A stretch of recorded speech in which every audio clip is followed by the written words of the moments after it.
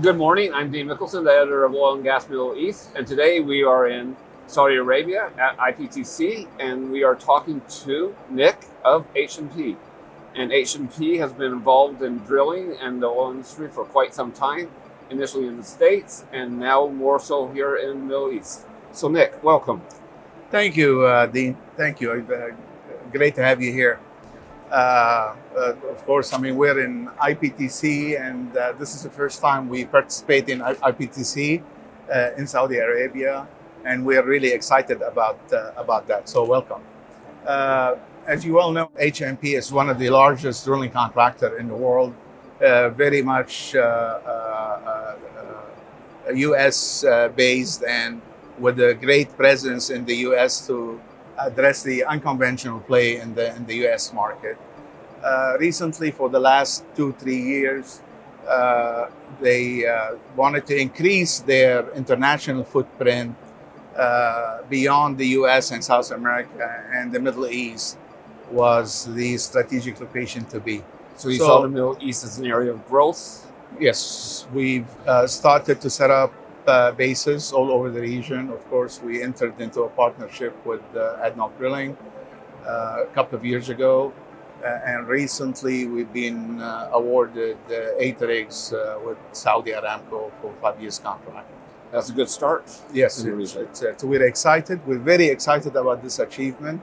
We're very excited to be here, and we've got, of course, an expansion plan to be venturing to other country in the region. Of course, it comes with the challenges because each country have a unique rig specification and design and technology need.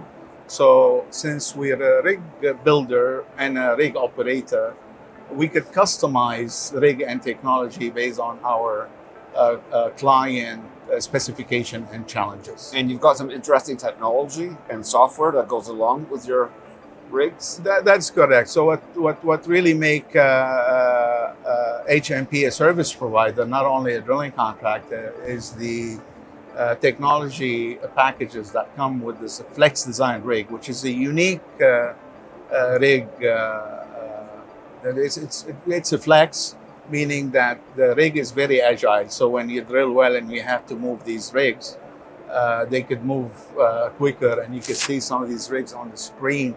They have walking feet where they could walk versus like a skidding rig that was available before. In addition to the agility of these rigs, they are complemented by a set of technology and application in order to enable 2 things. One is efficiency in everything that we do, and repeatability and consistent. So when you when we drill a well, whether it's in West Texas or Saudi Arabia or Bahrain or UAE, it's the same rig, same performance, and it's consistent throughout all the region. All the region. And so, in addition to the flex application, what we call it, it's application where you have minimal people on the rig floor. So which just makes for it safety. safer to operate. That's Having fewer people on the floor. That's correct. Less hazards, less people involved. That's correct. So we're testing technology today where you have no people on rig floor except for the driller. So all connection will be made with the robotic technology. In addition to that, if you look at way more robotics in drilling, that's correct. In the future, okay. Robotic, and then some of the technology that we are implementing is the machine learning and artificial intelligence, where we could predict downhole vibration, for example, in order to predict failure, drill pipe failure or a drill bit failure, and so forth. So we could optimize the operating parameter in order to reduce non-productive time and improve efficiency. Sounds impressive. Yes. So what are the challenges that you've encountered in your career and now here in the Middle East? It's a good question. Of course, I have been in the Middle East in various roles with various companies, and my challenges are industry challenges. I thought I was going to retire a few years ago, but for me, it was coming back to work for HMP was the right decision. The industry always pulls you in, I find. It pulled It's me so in. The interesting. industry The pulled people, me in. Yeah. the technology. Yes, the technology, the people, the company, and the culture. And part of me wanted to give something back to the industry, really. The industry is challenged by affordability, cost, of course. Industry is challenged from sustainability point of view, and the accessibility of oil and gas to everyone. So these challenges drive certain behavior on an individual level and on a corporate level, and we are all have a role to play.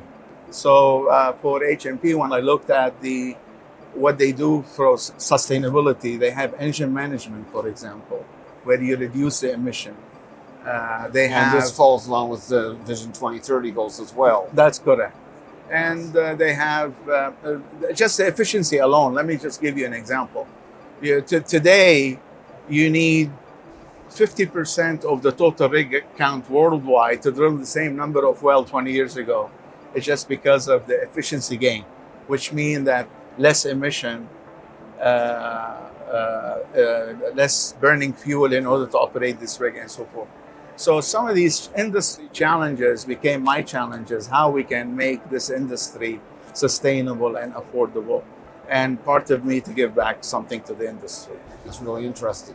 And recently, you've just been nominated as well for our Oil and Gas Middle East Awards. What do you feel about that? Well, thank you for that. I'm grateful for the nomination for the Oil and Gas Award. And it doesn't matter how old and how much experience you have. To be nominated is an achievement.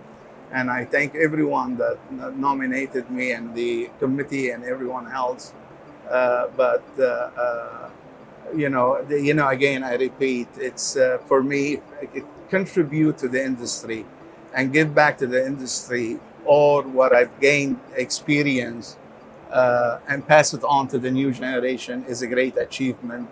And any opportunity that I have to do that, I think the nomination and the award will allow me to get more exposure and maybe help the young generation see the potential that there is.